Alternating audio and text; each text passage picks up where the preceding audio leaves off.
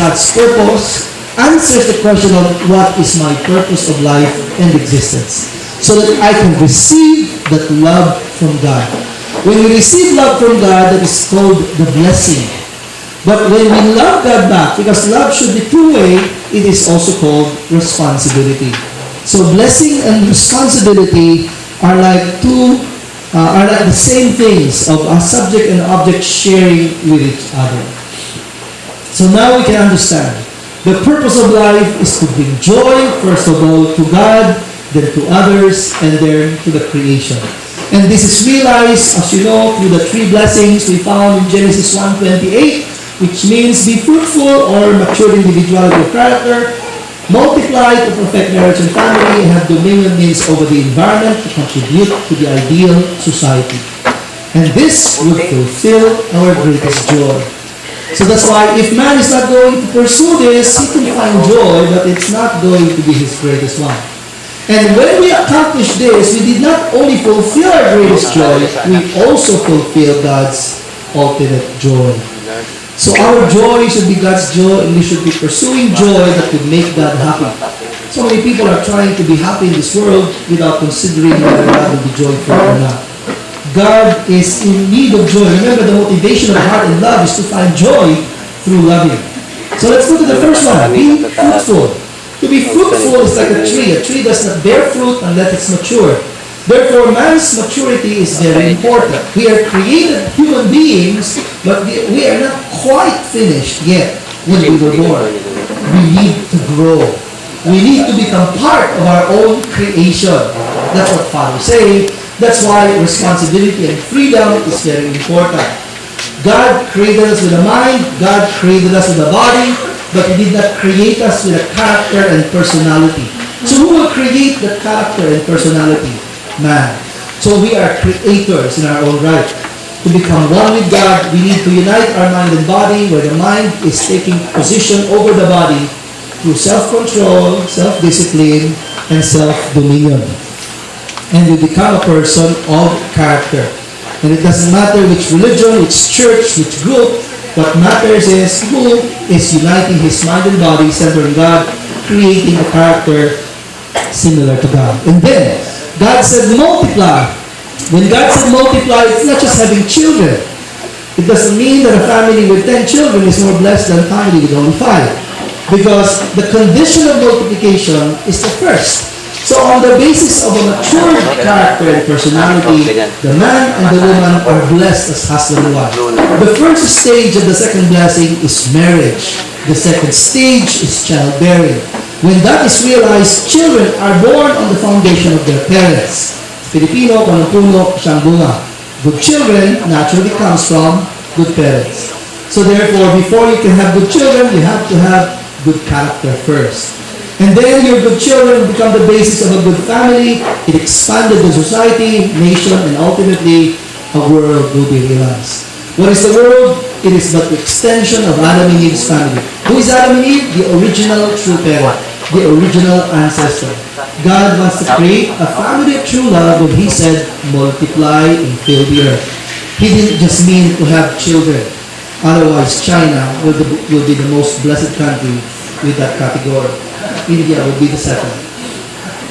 And then, for that, let's read this quote from Maximus the Confessor. The love of God and the love of man are not two loves, but aspects of the same unifying love.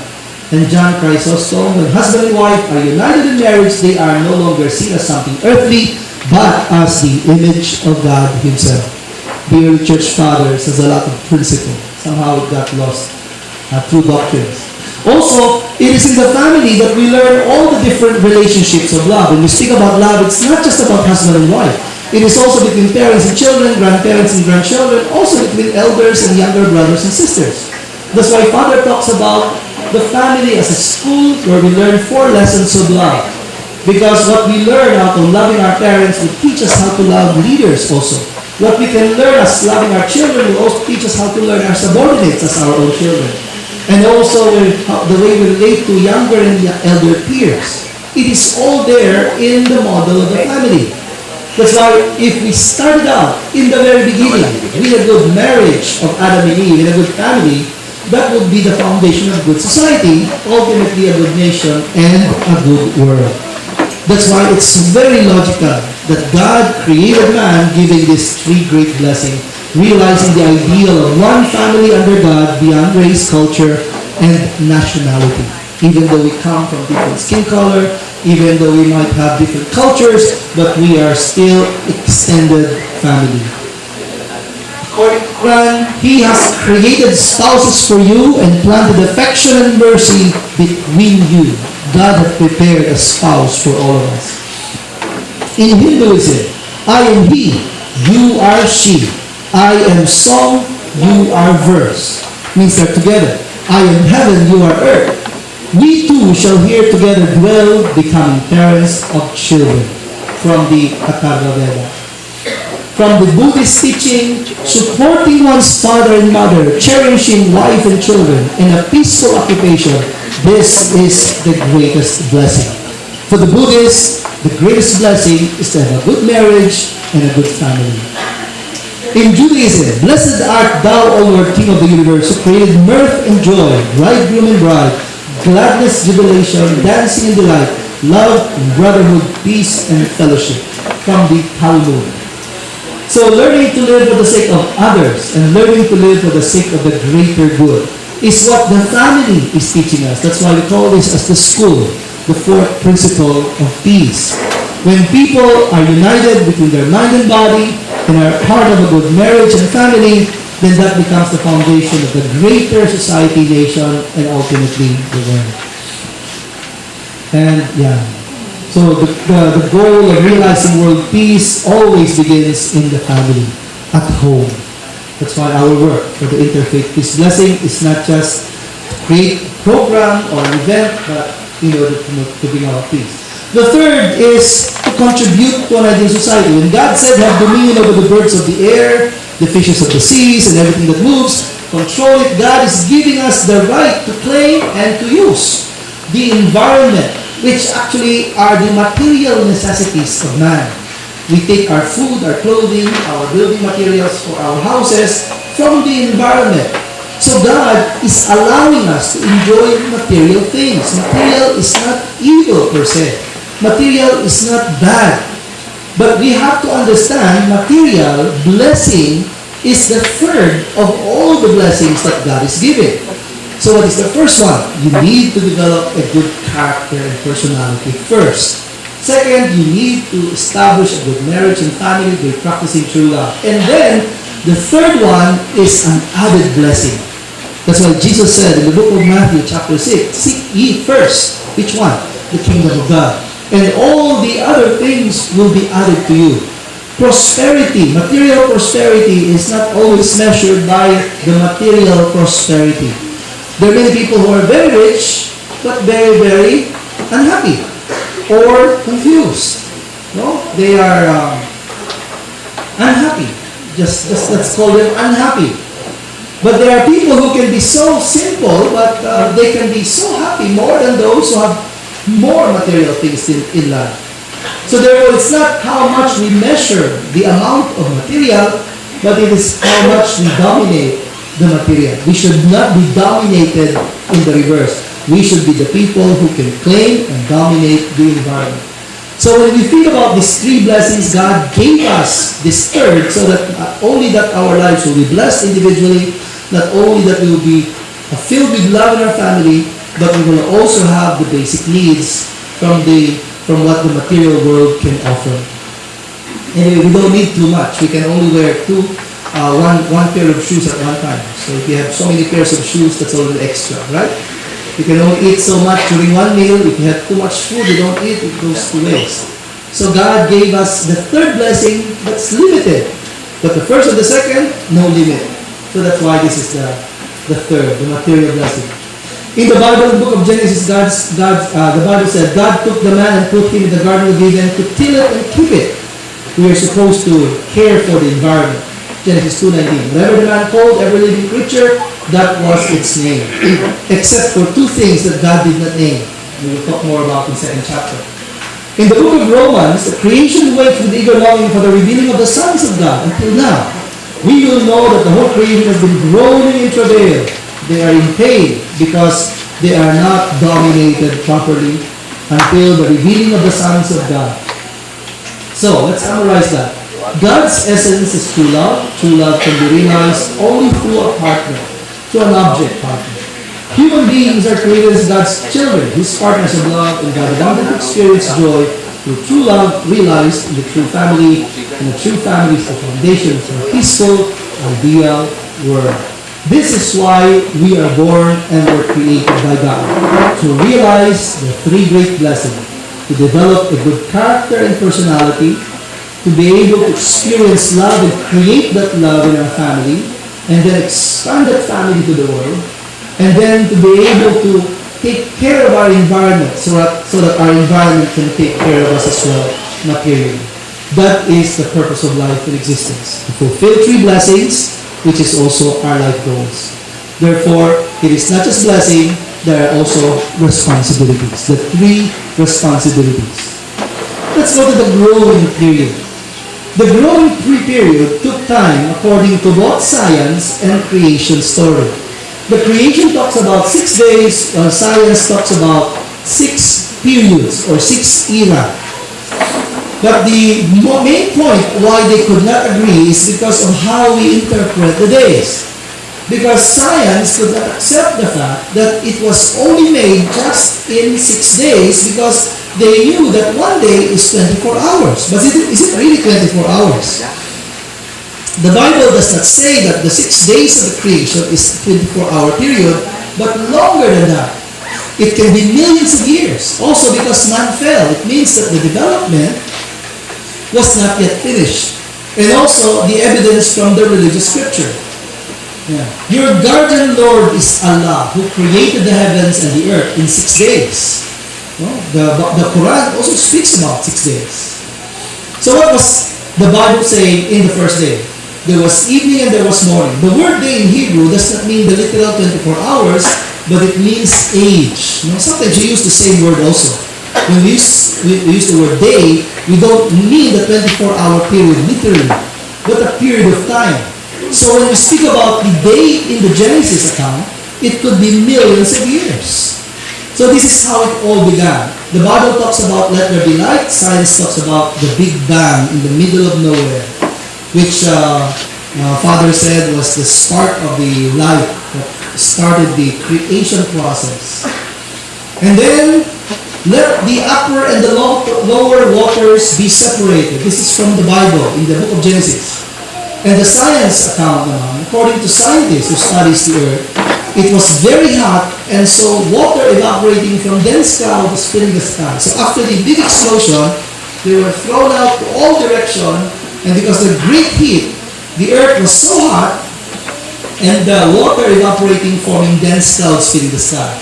So it's very similar when you look at it, because the dense clouds filling the sky is describing the upper and the lower waters, particularly the upper waters of earth, as the Genesis account will describe.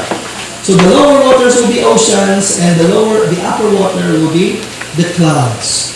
And scientists said that the first thing that they could observe from the surface is water that comes from this dense cloud that hovered around the surface, the earth, in the beginning.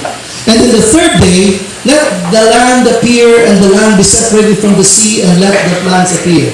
Science talks about the earth was shrinking as it cooled, and bubble of land appeared. Not exactly bubbles of land, but they are like pillows of lava that came out from volcanoes erupting under the ocean. As it piles up from one on top of the other, it started to appear. And that started to appear as land according to scientists. So very interesting. What science is describing is also consistent with how the Bible is describing. In the beginning, they thought it's not the same. But now, we can see it's similar. There was a theory also that scientists claim that all the continents were together in one land called Pangea or Gondwana land. So what the scientists are discovering is also very similar. Much of it is desert except life sa malapit sa mga dagat tsaka where the waters flow as rivers. And then the plants started to appear. And then On the fourth day, let the sun, the moon, stars appear. But in science, it says, as the earth cooled and plants generated oxygen, the atmosphere changed, the sky became visible. Interesting. According to science, this is the fourth day that makes the difference. Bakit nagkaroon ng sun and the moon samantalang they are heavenly bodies? They should have appeared on the first day because they are part of the Big Bang that exploded outward to all the direction. It is because when you look at the Bible narrative, it is a revelation written by Moses, and the vantage point is on the earth. Looking at the earth, looking at the sky. Kaya as the earth cooled also, this dense cloud started to thin, and then it opened the earth to a more visible sky. And they started to see the moon, and they also to start to see the sky, the sun. And that is why doon na nagkaiba. Pero actually, it is not really because God created the sun and the moon on the fourth day. Because these are heavenly bodies, they were part of the first day. Or they were part of the initial Big Bang. The sun and the moon were created on the first day but became visible only on the fourth day. It is as if God is looking from the earth to heaven, not from heaven down to earth. Okay? And then on the fifth day, let the fish and the birds appear. First, life came from the ocean until they developed adaptation that let them grow, become amphibians, amphibians become reptiles, reptiles becomes mammals, and birds, and ultimately they started to grow hair and have milk for their offspring, and then they become mammals. And the mammals became man. But they're not wearing clothes, in the beginning. So, this is interesting, how the Bible describes before was like laughed at by science, but now, on the basis of modern discoveries in how our world was formed and shaped through billions and billions of years, is consistent when we begin to understand the significance of the 24 hours. They are not literal 24 hours, but long periods of time that develop for the world to become as it is. And then also there's a common expression, there was evening and morning. There's a period of evening which means dark. Evening, dark, and morning means bright. If we consider the day, it is not starting in the evening and ends in the night. Morning and evening and morning. It does not end in the morning. It does not start in the evening. When we speak about day, it starts in the morning, ends in the evening. So it means that when the Bible describes the creation, it starts with something dark and then it becomes bright. So it means there's a process of development. Even the Quran talks about various stages when Allah created. So that's why principle talks about the growing period, talks about a period of time. When we speak about time, there's always three stages of time. The beginning, the ending, and the middle. Even though there's a very small period of time, there's always the 3 points of time. The beginning, the ending, and the middle. This is the evening and the morning of the creation. There's a period in between, the period of the night. This is called the growing period. That means when God created the universe, He did not create it instantaneously, but time is part of the creation. Even modern physicists and mathematicians are learning the importance of time as part of understanding the universe. Time is an invisible creation, nevertheless, it is part of God's creation. God created time. And because there are three aspects of time also, we can see also that this basic principle, this number of three has become a basic number in many things, including the creation, including sa lives of great people of faith. Process of creation, kinds of things, animal, plant, mineral, primary colors, nutrients, fats, carbohydrates, and proteins, intellect, emotion, will for the mind, the three dimensions of a point, line, and plane. And then the three great responsibilities. Jesus was born, He lived for private life 30 years, He was 30 years old when He led a public life. And then He lived for 3 years public. How old did He die? 33. What time did He die? 3 o'clock. How many days did He rose? Did He rise from the dead after He died? 3 days. So the number 3 is related. And many people could not understand that, but it is there. Number 3.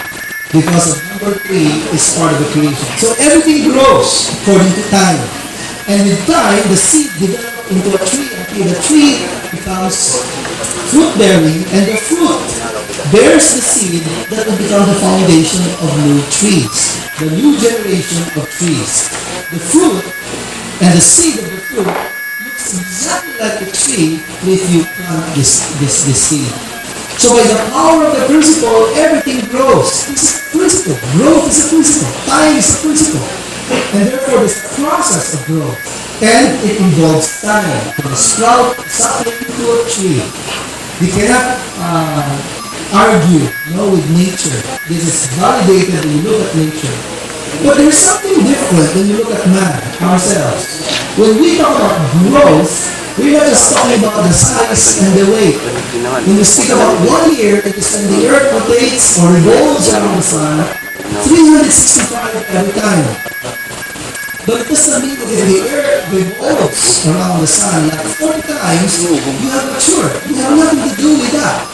Kaya again, there is some kind of additional input that a man should do. We call this the effort, and that is why we talk about the portion of responsibility. So from a baby to adolescent to adult, it can be automatic if it is physical. But then there's a problem if you are this big, but your mind is this small. Right? Some people can be like 40 years old, but they have the mentality of a 3-year-old. That's bad. It does not always follow that your maturity, spiritually and character-wise, grows exactly at the same time as your body. On the other hand, there are people who can be young-looking, but they can have matured characters. That's why when we speak about human growth, there's another kind of growth also, not just the physical. So even though we increase in size and weight, it does not mean we have matured. When we speak about maturity, we're speaking about the spiritual aspect of man. And when we speak about the spiritual aspect of man, it is developed based on his ability of love. As I said, love is not something that was there from the very beginning. We need to create it in ourselves. That should be the center of our character development. But how we develop in love is also how much we develop in character. Not by age, not in size. So our body can grow automatically because of the support of the universe, the support of nature. But despite all the support, we cannot grow to maturity spiritually without exerting efforts. And that is what again makes man unique. His maturity is not automatic. Spiritual growth is the growth of our capacity to love. How much is that capacity is how much we have grown. So you can grow so many years, but if you have not developed your capacity to love, you actually didn't grow. You are an overage. Masyadong matanda lang. No? Sometimes they are saying like, naging baby damulag. Naging baby damulag? Something like that. So we need to grow of sensitivity to God, more sensitive of awareness towards others and their needs, and the development of our conscience. Our conscience has to grow and develop as well, to be as clear as crystal. And the first kind of love is responding. In some ways, it is selfish. A baby always cries and seeks attention whenever he needs. Pag nagutom, iyak. Pag iihi, iyak. Pag dudumi, iyak. No? That's how a baby is. But it's wrong if you're already this big and you think like that. Kulang ka pa rin sa pansin. No? You always seek attention, you always want to get attention to yourself. Whatever you need, you don't want to take responsibility. But then when this baby grows and learns that there are so much people who love him or love her, and learns to reciprocate that love, he becomes a person on the second stage of love. His capacity is no longer just to receive, but wanted to give to those who are giving him or her. And therefore, the second kind is sharing type of love. But in order to accomplish our maturity, we need to develop parental love before we become parents. This is the process before we become mature. So, we become parental even before we are parents. What does it mean to be parental? Parental love is the love that is total giving. Sacrificial, unconditional, unsolicited. So therefore, by developing that kind of love, we are actually growing to maturity. when we can live for the sake of others, even at the expense of the self, that is the highest level of our growth. That's why we need to exercise our freedom and responsibility to accomplish the goal of being mature or perfected. Maturity is not of legal age when you reach the age of 21. It does not mean all 21-year-old are mature enough. No, it does not mean like that. We need to grow.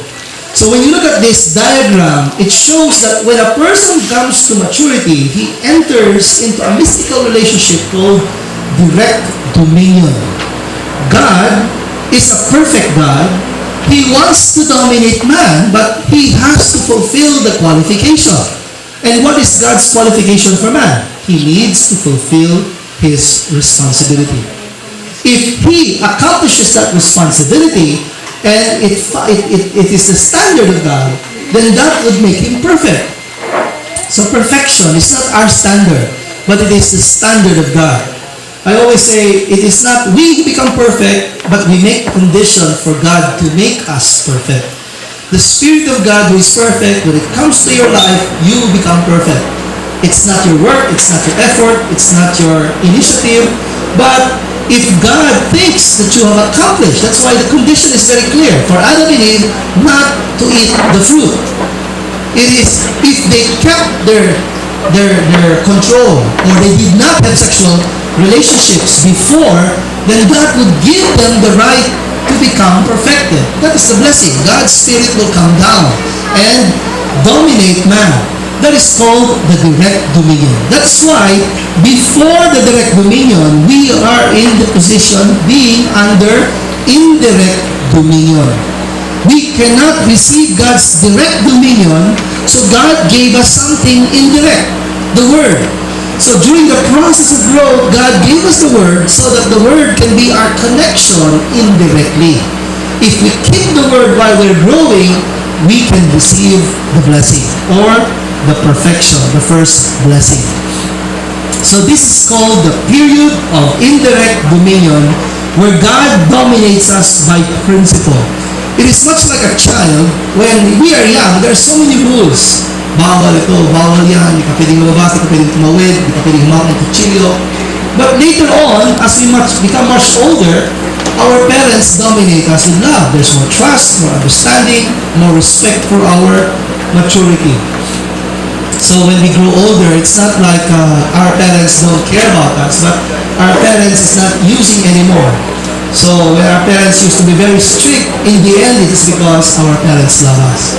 So in particular, in a similar way, there's a growing period. It's the time of our responsibility, and as we do that freely, we enter into the direct dominion. That is why this is the period where there's a possibility of mistake or failure. So when we speak about the importance of that, we can realize in order to fulfill God's will, God is going to accomplish a large part, but He gave us a small part. But despite that small part, it is still important because that would accomplish and fulfill 100% of God's will. So walang singko, walang piso. So if we do not fulfill our portion of responsibility, it will not be realized. Kaya we cannot blame God for the misfortunes and the tragedies of the world, because the desire of God is to fulfill the three great blessings. To give man His love and to make man happy. If we are not happy because of the misfortunes and the tragedies of life, it is not because it is God's desire to make us unhappy, but because we fail to realize our own portion of responsibility. So the principle of human responsibility, what is the fundamental difference between human beings and animals? Is it because we have the ability to make tools? No. This is some of the scientific categories. Is it because we are rational? That's why we call Homo sapiens? No. Is it because languages? No. Is it because of Facebook or Twitters? No. It is not all of these. What makes us different, and which is also the most precious gift from God, is the human responsibility. God gave us this so that we can make choices, so that we can make the right choices, the good choices, over the wrong and over the bad. So that is why why it's important to, again, appreciate the vast importance of human responsibility. It is through the human responsibility that we can actually develop ourselves and accomplish God's will to bring God's blessing on the earth. But if we do not, we cannot realize it. When God created the universe, He created everything. The only thing that God is asking man to do is not to eat a certain tree, a certain fruit from a certain tree. That's all. That's why it's only but 5%. From James 2:17. So faith by itself, if it has no works, is dead. It is not enough to have faith. Faith is good, but if it's only faith, it will ultimately weaken and die. In the book of Quran, talking about human responsibility also, God changes not what is in a people until they change what is in themselves. God would like to help, but He cannot do that without you initiating. Matthew 9:29, according to your faith will it be done to you. You cannot just have everything. You have to make the condition of faith first. Ask and it will be given. How can you be given if you don't ask? Seek and you will find. You want to find something, you don't even look for it. How can that be? And knock and the door will be open to you. At the end of the seminar, you try going home and don't knock at the door, just stand there. Nobody will open it for you. So that's your responsibility to at least knock so that you can be open. So Father said, God had these two choices for man. Either we can be created like this or that. Why do we talk about this? Because if God created us as robots, then there's no possibility of sin. There's no possibility of disobedience. Therefore, God could have avoided all His headaches and heartaches throughout history. But then why did God take the risk? Creating man with free will, who will decide and who could be the reason, that could be the reason for the fall and for sin. Because of the importance of love.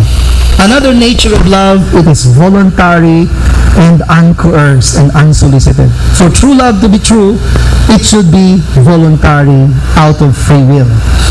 So if God created us as a robot, there's no joy for God seeing man doing good. It's the same feeling as you set your alarm clock and it's ringing at 5 o'clock in the morning.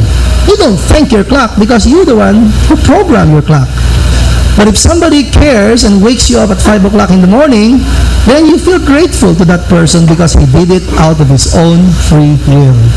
So in similar way, we are given those freedoms not so that we can just be free, but we can fulfill the nature of love, which is unsolicited, uncoerced, and unforced.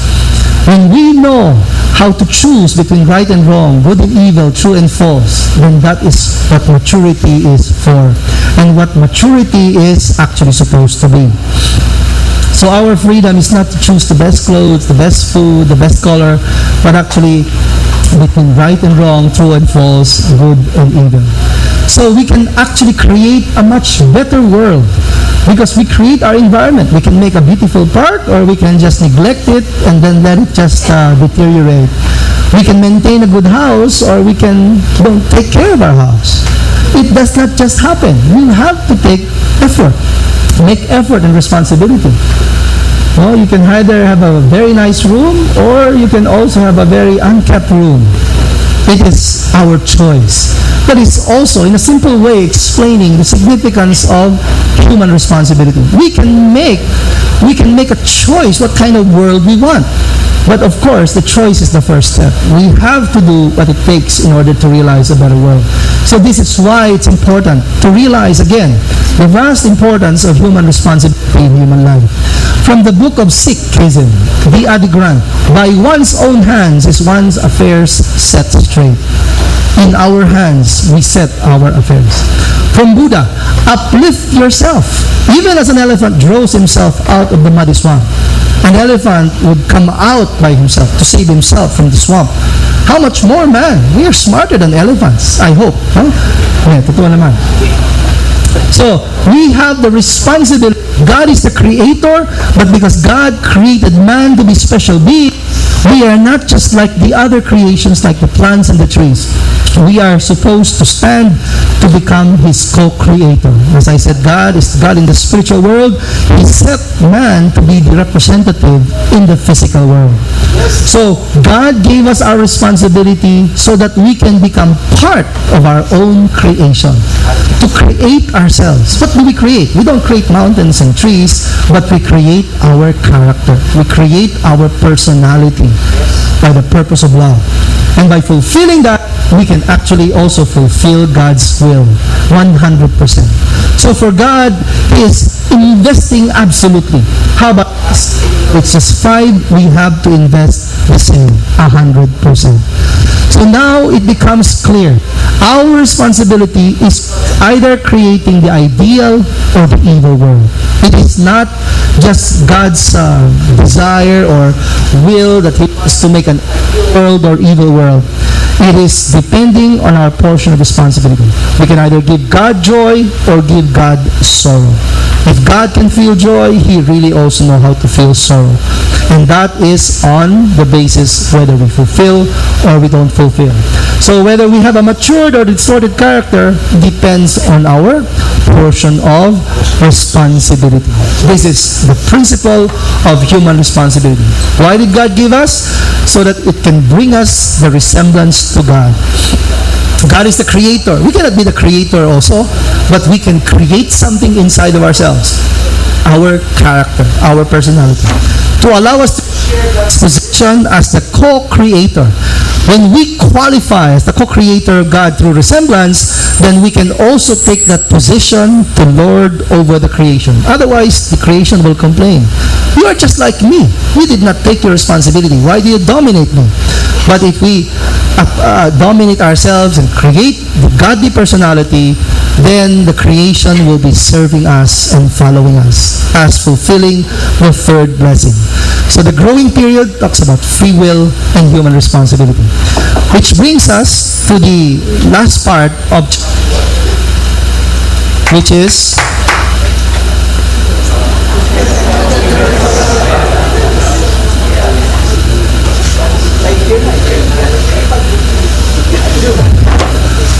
the religious life and the spiritual world. This is the last topic of chapter 1. This is part of the principle of creation. There's a very popular saying in America, begin with the end in the mind. So when we think about a house or we think about a plan, we are already thinking about how it's going to be constructed and how after it's finished. So in a similar way, one of the most important facts about our matured life is death. Life is not going to be forever. We will all be leaving this world one way or another, one day or another. We will all die. No? Everyone dies. Who is confident that they will not die? Nobody. This is a fact of life, that we are all going to be 6 feet under the ground. But then, what happens after we die is always the question. So many people who don't believe in religion because of materialism also started not to believe in God and the spiritual world. So this question has to be made also in order to clarify whether it exists or not. There's a growing interest and many people are receiving many revelation. It appeared in many books and movies about our interest in the spiritual world. In fact, even scientists are beginning to discover. This is how scientists would call spiritual phenomena. Sometimes they call it ESP, aura, telepathy, but they're all describing the same, spiritual phenomena. In the book of Ecclesiastes, and the dust, referring to the physical, returns to the earth as it was, and the spirit returns to God who gave it. In the Quran, from the Muslims, behold, you prefer the life of this world, but the hereafter, spiritual world, is better and more enduring. The spiritual world is better and it will last longer. Bhagavad Gita. No one can bring to an end the spirit which is everlasting. The eternal in man cannot die. He does not die when the body dies. Something doesn't die in ourselves. Dhammapada from Buddha. He who knows that this body is the foam of a wave, the shadow of a mirage, he breaks the sharp arrows of Mara. Buddha talk about the importance of the spirit as well. From the man wills over the laws of what he calls his. No, the self is not perishable. But we all die. So what are they talking about? They're talking about the other world and the other nature of man other than the physical. As God is a being of dual characteristics, we learned that from the beginning. He created man to resemble Him with an internal and an external, the visible and the invisible. That's why the world also has two manifestations. The physical world is visible, the spiritual world is invisible. So there is an existence of the spiritual world that transcends time and space. On the other hand, we're living in a world of time and space. This is subject and vertical, object and horizontal. So the two dimensions of reality is the two worlds, physical and spiritual. Beyond time and space. If we're here, we cannot be there at the same time. But our mind is versatile.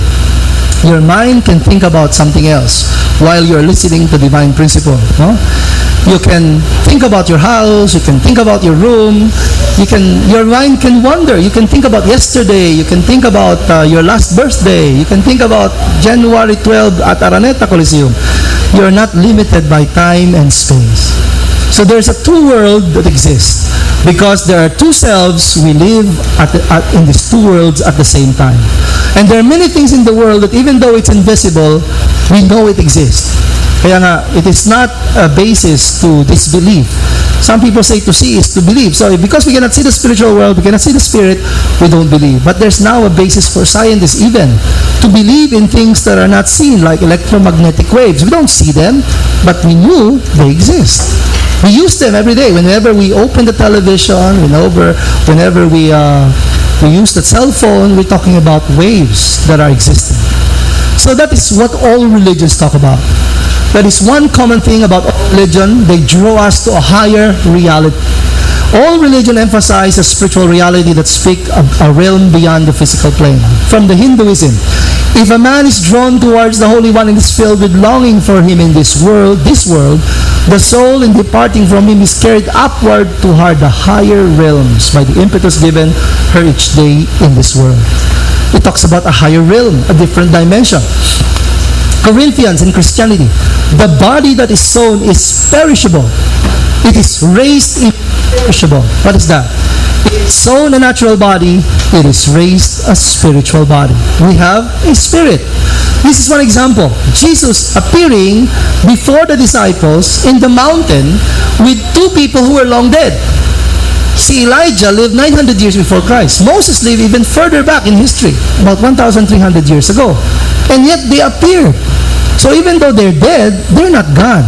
They just transferred to another realm, the spiritual realm. This is the transfiguration. In the Quran, as for that abode of the hereafter, whoever brings a good deed, he will have better than the same. There's another life after this life. It is not just going to end suddenly if we die. There's another life, and whoever brings a good deed will have the same there. Hinduism, now my breath and spirit goes to the immortal, and this body ends in ashes. O mind, remember the deeds, remember the action. When we go to the spiritual world, we would leave our physical bodies behind, but we will carry all the deeds and all the actions that we have made in memory of our lives. Buddhism, meritorious person upon his arrival in the next world, relatives welcome a dear on his return. We will be welcomed by our relatives when we go into the next world. And if we have many good deeds, we will be received as a good person there. So if we have many bad deeds, good luck. No? Yun naman mangyari. This is one of my favorites. African traditional religion. We are on a market trip to earth. Whether we fill our baskets or not, once the time is up, we go home. If it's time to go, it's time to go. We cannot just say, I am not ready, I'm not prepared. So we're given a life, and this life is precious. We need to do what we have to do, because once the time is up, we go home, whether we are ready or we are not. So, does the spiritual world exist? It is very, very clear. Yes. It exists. Then how does the spiritual world relate to me? We have to understand also the mechanics of how it relates. First of all, man is in a position between these two worlds. Microcosm, Lord and owner, and mediator. First of all, as the microcosm. Man is the encapsulation of the both worlds. This is one thing also that is very interestingly explained by the principle. Because God's ideal of creation is love, His first concept of creation is man. So man preceded all the other things that he thought of when he was still the God of night. And then he started to create other things in his mind. But when he created, he did that in reverse. He started with the smallest things, the molecules and the atoms and the particles, and then he created the plants and the trees, the animals, and finally he created man. Kaya man is the original pattern of the universe. So when you look at man, man is the last creation of God. Now, even Father went further. He said, woman is the last creation of God. So which one is more complicated, man or woman? Actually, woman is more complicated. Even Father said that Adam's creation was based on the woman. It's interesting. When God created the image of His object of love, He did not start with Adam. He started with Eve, the woman. Kaya from the original creation, according to OSDP, God conceptualized of the woman first to become His wife, to become the queen, to become the mother, etc. And then later Adam was thought of. But in the creation, Adam was created first. The last of the creation was the first in the concept or the planning. So, man has both the physical and the spiritual world. He is the encapsulation of both worlds, making him a small cosmos, the microcosm. Also, when God created man, He did not just create man to become the part of the other creation, but to become the Lord of everything. He gave him his superior senses, and that's why he can own the world. With his five senses, we can experience the physical world. But we also have another set. We have five spiritual senses to experience the spiritual world. That's why if you lose one of your senses physically, you lost 1/5 of your life. In the fall, we lost all of our spiritual senses. That's why spiritual world seems like it does not exist. It is when we develop our senses through our faith and spiritual life that we come to see again the reality of spiritual world and the reality of God. So that makes us in the position, because we can have both physical and spiritual senses, to relate to both worlds. We are the owner of both worlds. And making us also a very unique being, as a being who can dominate both, not only dominate, but can bring them together.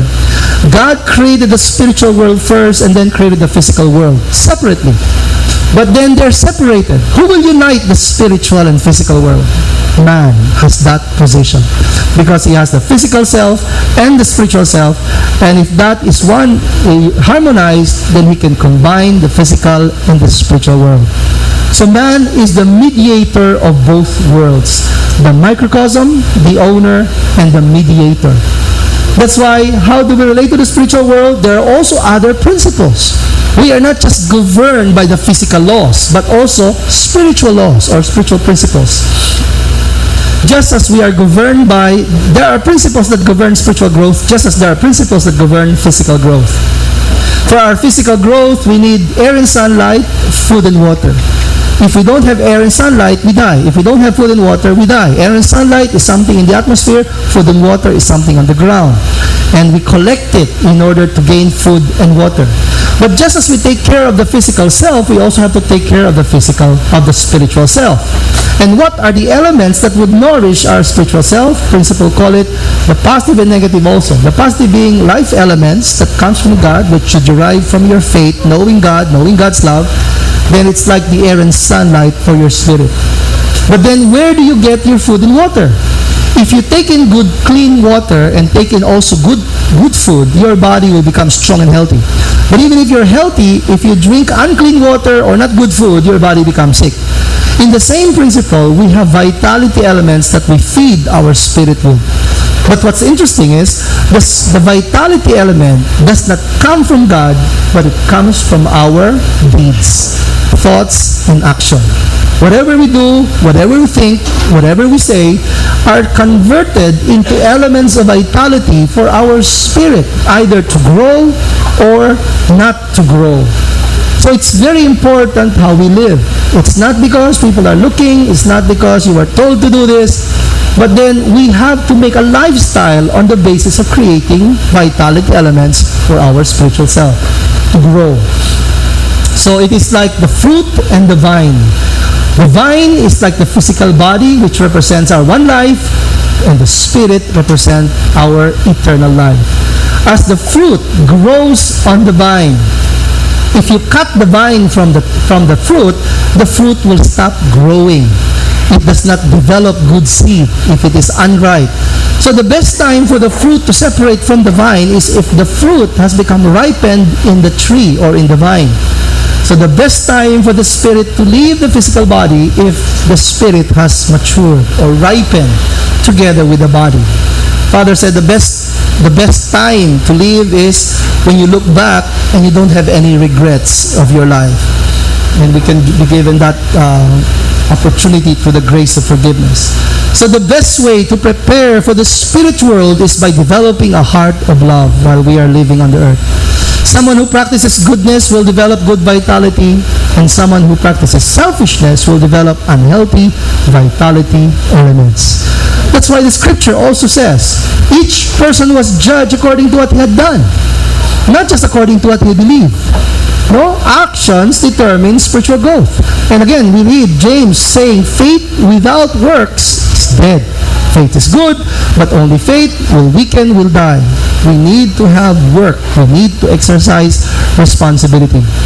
So whatever you bind on earth, this is Jesus talking to Peter, will be bound in heaven. And whatever you loose on earth will be loose in heaven.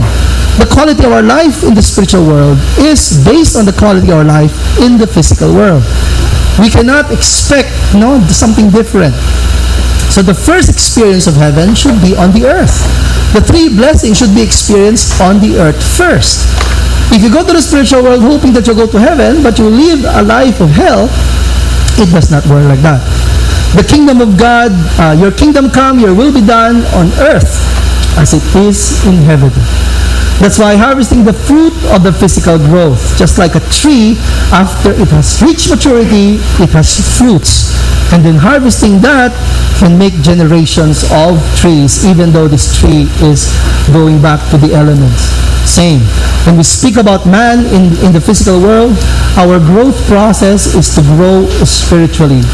The quality of our life in the physical world determines the quality of fruit harvested in the spiritual world. We need to grow in heart, not in size, not in weight, not in age, but we need to grow in heart. And the highest goal that we need to achieve in life while we are on the earth is the love that is parental, the love that can love even the enemy and forgive the enemy. That is where divine spirit that is the kind of love and heart where a person can become a divine spirit. If your love is only mutual, it grows into this level, the life spirit in paradise. If your love is like a child, you're a form spirit and you stay in the lowest realm of the spiritual world. According to Father, you will enter the spiritual world in the form of your spirit self, which has recorded your life on earth with 100% accuracy. So Father said, it's not God who's going to judge you. It is not Satan who's going to judge you. You know already who you are. When you step before God or even before Satan, already you know where you are lacking or whether you have done this or did not do that. Your spirit will show plainly whether you have led a ripe life of goodness, or a wormy, rotten life of sinfulness. This is Father said about the spiritual world. So what is the nature of our existence after that? It is determined by our heart development. It is not by our choice. If I ask people, who likes to go to heaven? Everybody raises their hand. Who don't like to go to hell? Also, everybody raises their hand. But it is not by our choice. All wants to go to heaven, but it is not by our choice. It depends on how we have lived our life on the earth. Hell is the suffering of being unable to love, according to the Russian novelist Fyodor Dostoevsky. Jesus said to them in the book of John, "My food is to do the will of him who sent me, and to accomplish his work." Even Jesus has to accomplish his responsibility. It is a soul, a physical body. It is raised a spiritual body. In Quran, each soul is responsible for its own actions. No soul will bear the burden of another. We all have a responsibility, and we have to accomplish and fulfill them.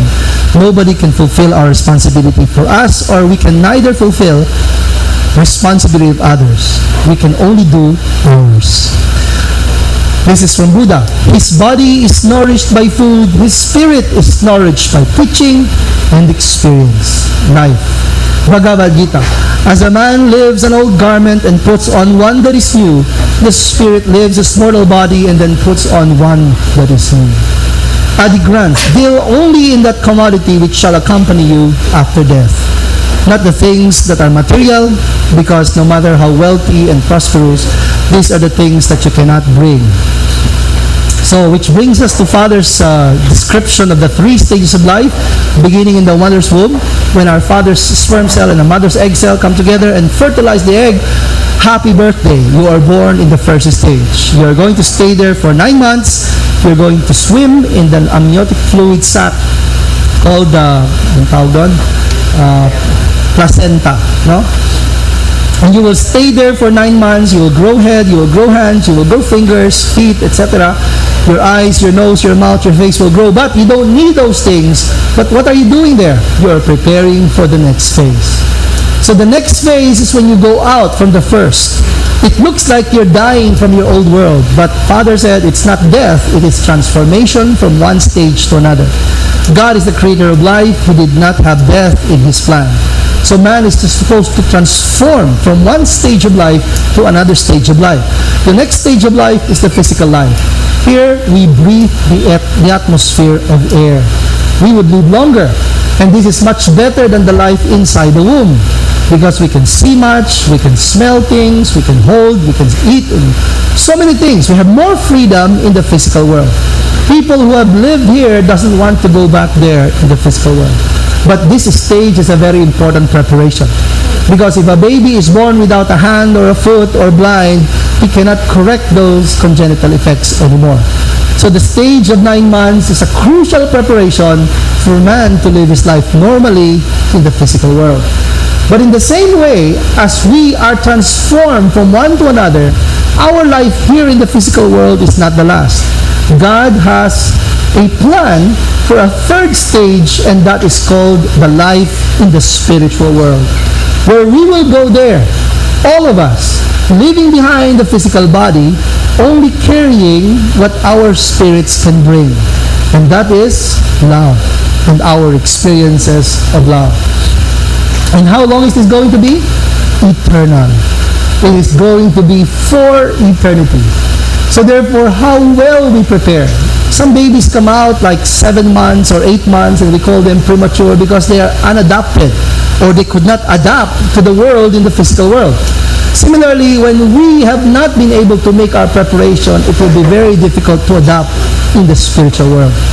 That's why even though our life is not very long, we don't need a long life. If we live a good life, we prepare well, we enter the spiritual world, it would be the best thing that we can do. And also, when we go into the spiritual world, we don't have to carry our concerns and worries as before.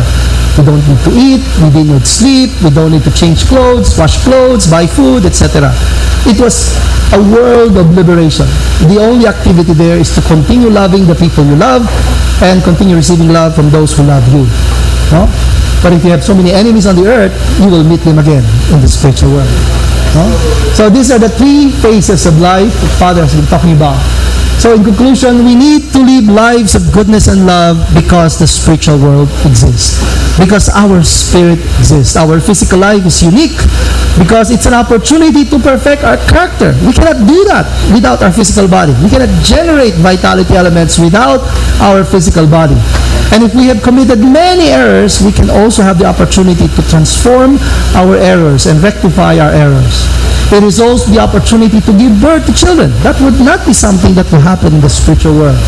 and learn to love and appreciate people and things of the creation. So we have to create our heaven first here on earth, not there after we go there. When we develop here, we just bring that heaven wherever we go. Heaven is not a place, really.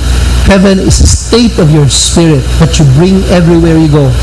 If you are close to God, you can be close to God even if you are in the middle of a very hellish situation. No? Okay. Siguro I don't have to discuss this. Dinagdag ko lang yan. Already you know that? Okay. So, because our religion draws us to a higher reality, talking about the spiritual world, and higher principles, talking about the spiritual laws and values, people who believe in the spiritual world also have a higher calling in life. They don't just rely on the material. When we understand the significance of spirit and the spiritual world, it can change our values and priorities. It can change how we see our world and how we relate to others. And most especially, it can have a very big impact in our choices and decisions. That's how important the spiritual world concept is.